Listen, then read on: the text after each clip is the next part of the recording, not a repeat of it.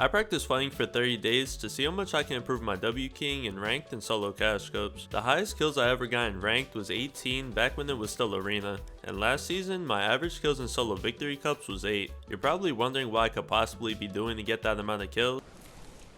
The goal for the season is to beat these numbers, but first I have to address the issues that have me resorting to this. First is bad edit selection. In wall-to-wall fights, I often find myself making edits that put the opponent at an advantage and get punished because of it. This is often due to my positioning and bad movement. Like here, I made a nice 3-tile edit completely blocking the opponent's line of sight, but instead of swinging to the left behind cover, I moved to the right and traded shots. My worst habit is defaulting to trades when I can make a safer play, especially against lower skilled players. I've lost so many fights I shouldn't have from not taking the fight seriously enough to make a good peek. And the last issue is fumbling mechanics. Whether it's pulling out the wrong gun, or missing a reset, small mechanical errors are causing me to take unnecessary damage and die. These are the mistakes that are easiest to fix, so that's what I'll focus on first. The most common fumble is with my weapons when pressuring. I've always kept the default weapon binds 1 through 6, while most pros have them on different parts of their keyboard, making it easier to pull out the correct gun when needed. I put my shotgun in the 2 slot so it's not on the same finger I edit with, but by doing this, I have the 2 weapons I pull out the most right next to each other. So when pressuring, I may accidentally hit one and get killed since the pickaxe usually doesn't do well from long range. I moved my pickaxe to V, which I hit with my thumb, making it impossible for this to happen again. Something else that was made impossible with this change was everything. Why did no one tell me switching a bind I had since chapter 2 would throw off my muscle memory this bad? I'm by no means a fast learner, so I had to start with building a floor, then taking out my axe just to feel where V was on the keyboard. I progressed into more advanced builds, then decided to check my skill in ranked. I wasn't ready yet. I went back into creative, focusing on more game specific moves, and found that the moves I had more difficulty with were the ones that involved stairs, which I also hit with my thumb. I tried to get a win from the dog pound in the rank cup for a quick video and died 20 times. No. Following this was the first solo cash cup where I was able to beat my kill record from last season with 15 kills. My highest kill game was 5 while my W key game was 4. Back in chapter 2 that would be embarrassing, but clearly I'm washed. On day 7, Destiny Jesus dropped the fighting masterclass with over 150 videos featuring the best fighters in the game and 15 different sections covering everything from the fundamentals to VOD reviews with pros. I'll be using it over the next 3 weeks to see how much I can improve and give my honest opinion about it at the end of the 30 days. I started in the fundamentals section where I already knew majority of what was talked about, but when paying attention to my fighting, I realized I don't apply all of it. So in my games throughout the week, I made sure to apply all the basics and was surprised with how easily you could kill some of these players just by keeping things simple. Something I realized was that I lacked confidence while pressuring in front of a wall because of my movement. Attack spraying is such a strong mechanic to escape situations or get in better positions, but I wasn't utilizing it enough and messing up when I did. In the Mastering Movement video, they recommend spending a day just abusing tac sprint, so I spent the entire day tac spraying whenever possible, and it showed me a bunch of scenarios where it could be useful that I wasn't taking advantage of before. If you want to see a video covering all of its uses and how to practice, let me know in the comments. Day 12 there was another rank cup, and my fighting was looking good up until I ran to the minigun kid. Every time I ran into them I got cooked, so I decided to land on it and also got cooked. I finally managed to get it and now have no excuse to lose. No way. Why did I miss and that happened? That's enough Fortnite for today. Going into the second cash cup, I was feeling confident and it was showing in my early fights, but I got a little too careless and went down like this. Everything from here was downhill and I was dying in ways I wasn't even dying in the first cash cup, ending the tourney with 8 elims. I think the reason I performed so poorly is because majority of my practice this week was in creative.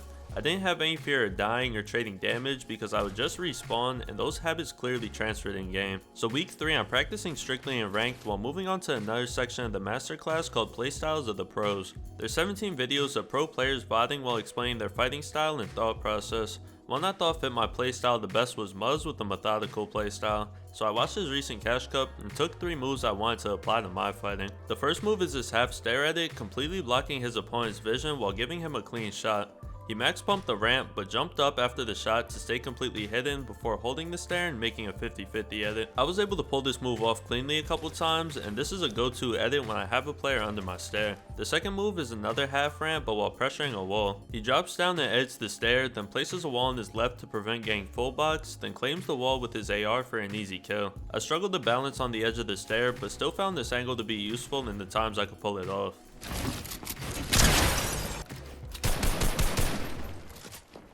The last move is fake swinging, then holding his gun out to pre-fire the edit. This isn't anything new, but the amount of times I got this to work was surprising. He also likes to land retailed and key grotto for the minigun, so I did the same thing, and let me tell you, that minigun is a lot more fun when you're the one using it.